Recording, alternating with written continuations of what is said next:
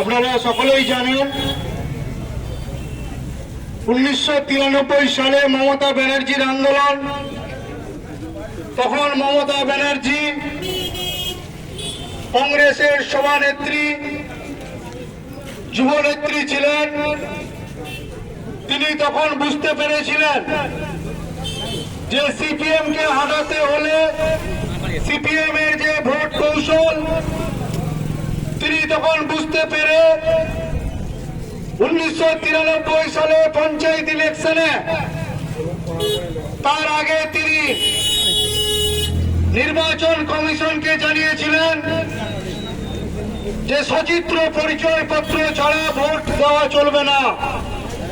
কারণ তিনি বুঝতে পেরেছিলেন 1991 সালের বিধানসভা ভোটে চতুর্দিকে যখন সিপিএম এর অত্যাচার চলছে, মানুষ যখন সিপিএম এর বিরুদ্ধে রুখে দাঁড়াতে প্রচেষ্টা হয়েছে, সেই সময় মমতা ব্যানার্জি বুঝতে পেরে 1993 সালে 21শে জুলাই মহাকরণের ডাক দিয়েছিলেন।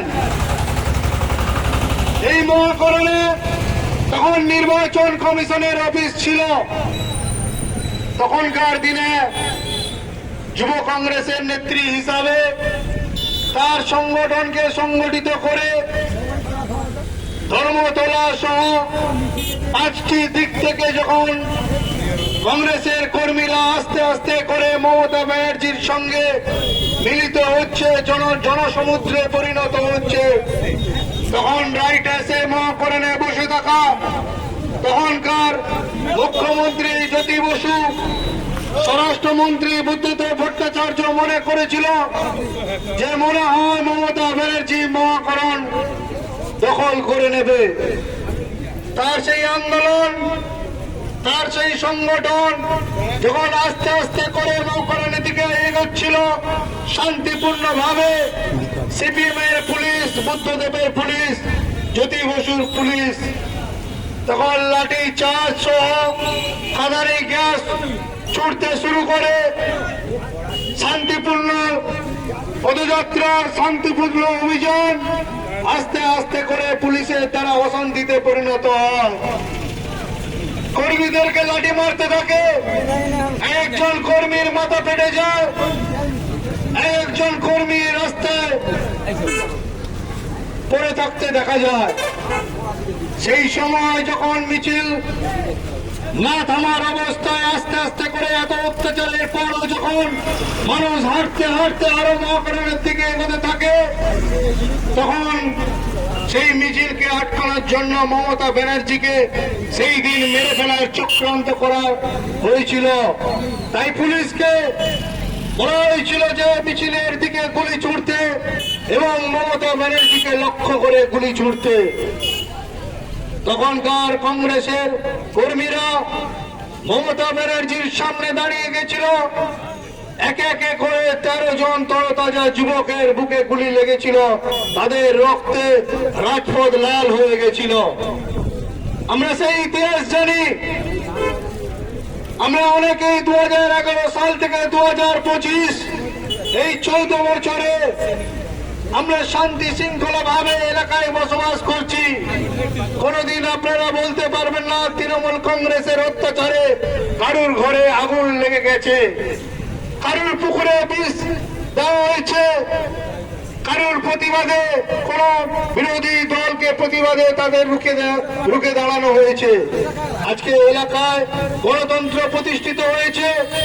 আজকে মানুষ তার নিজের কথা বলতে পারে, তার বাক স্বাধীনতা লাভ করেছে। আজকে টিভি মিডিয়া যে কোনো ভাবে তারা পর্যালোচনা, তারা আলোচনা করতে পারছে। 2011 সালের আগে সিপিএম যখন ক্ষমতায় ছিল তখন কিন্তু এই অত্যাচার ছিল যে কেউ তার নিজের স্বাধীনতা ভাবে তার বাক স্বাধীনতাকে প্রয়োগ করতে পারত না। আজকে আমরা বাক স্বাধীনতা বলতে বোঝাই যে একটা শাসক দল তৃণমূল কংগ্রেস তার বিরুদ্ধে আজকে বিজেপি যেভাবে কুরুচিকর মন্তব্য করছে তার প্রতিবাদে আমরা আন্দোলনের মাধ্যমে তার প্রতিবাদ করি। তাকে সামনে গিয়ে তার মাথা ফাটিয়ে দেয় না, তার দোকান বন্ধ করে দেয় না, তার পুকুরে বীজ দেওয়া হয় না। এটা সিপিএম তখন করতো, আর সেই সিপিএম আজকে শুধু জামাটা চেঞ্জ করে বিজেপি নিয়েছে। আর বিজেপির উদ্দেশ্য হচ্ছে, সেই সিপিএম এর উদ্দেশ্য পশ্চিমবাংলা হচ্ছে বিজেপির হাত ধরে আবার ক্ষমতায় আসা। যে বিজেপি এখন কেন্দ্রে আছে, সেই বিজেপির একটি এজেন্ডার সাম্প্রদায়িক সম্প্রীতিকে ভঙ্গন করা, অর্থাৎ আদার কাস্টের সঙ্গে নিচু কাস্টের সঙ্গে লড়াই করা, হিন্দি ভাষীর সঙ্গে বাংলা ভাষীর লড়াই করা, হিন্দুর সঙ্গে মুসলমানের লড়াই করিয়ে দেওয়া, বিভিন্ন বিভাজনের মাধ্যমে তারা রাজনৈতিক ফায়দা তুলতে চাইছে।